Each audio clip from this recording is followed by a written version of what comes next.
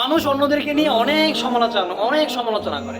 আপনি চিন্তা করে দেখেন, একজন বিসিএস ক্যাডার যদি কেউ হয়ে যায়, তখন ওই মানুষটাকে মানুষ, আশেপাশে যত মানুষ আছে সবাই বলতে থাকে যে ও তো এখন বিসিএস ক্যাডার হয়ে গেছে, ওর তো এখন টাকাই টাকা, শুধু এসির ভিতরে বসে বসে টাকা রোজগার করবে।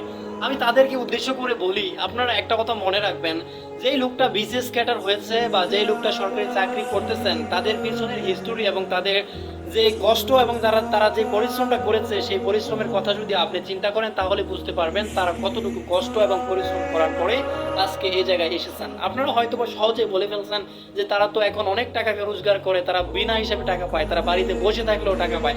কিন্তু আপনাদেরকে আমি বলি, একজন বিসিএস ক্যাডার হওয়া কতটুকু কষ্ট, এইটা শুধু যে ব্যক্তি হয়েছেন সেই ব্যক্তিরাই জানে, বা এইটা যারা যারা বিসিএস পরীক্ষা দিয়েছেন তারাই জানে কতটুকু পরিশ্রম করার পরে একটা বিসিএস ক্যাডার হওয়া যায়। আপনারা হয়তো বা দেখতেছেন যে তারা এসির ভিতরে বসে বসে টাকা রোজগার করেছে, কিন্তু তাদের ইতিহাস, তাদের হিস্টোরি আপনি জেনে রাখেন, তাদের হিস্টোরিকে যদি আপনি খোঁজ করে বের করে দেখেন, তাহলে বুঝতে পারবেন তারা কতটুকু পরিশ্রম করেছে। তারা অনেক পরিশ্রম করেছে, অনেক, যে পরিশ্রম আমি কিছুই করি নাই। আমি যদি তাদের মতো সেই পরিশ্রম করতাম, 2 ঘন্টা যদি দিনে পরিশ্রম করি, তাহলে আমরা সবাই সফলতা অর্জন করতে পারবো। মানুষের জীবনে সফলতা তখনই আসে যে মানুষটা যখন আপনার অনেক পরিশ্রম করবে, তখন তার জীবনে সফলতা আসবে। কিন্তু আপনি যদি সারাদিন বসে থাকেন, আপনি যদি সারাদিন ওই মানুষের দিকেই তাকিয়ে থাকেন, তাহলে আপনার জীবনে কখনোই সফলতা আসবে না।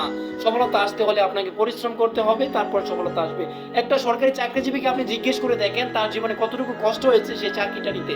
ভাই অত সহজ না ভাই, অনেক কঠিন, তারপরে একটা চাকরি হয়। মানুষ যত কথাই বলুক না কেন, আমি বিশ্বাস করি যে একটা সরকারি চাকরি বাংলাদেশে নেওয়া মানে অনেক পরিশ্রম। বাংলাদেশের সরকারি চাকরি মানে সোনার হরিণ, যেটা মানুষ যারা পায় তারাই বুঝে যে কতটুকু কষ্ট করার পরে তারা এই চাকরিটা পেয়েছে। তাই মানুষের সমালোচনা না করে নিজে নিজে পরিশ্রম করি, দেখেন অনেক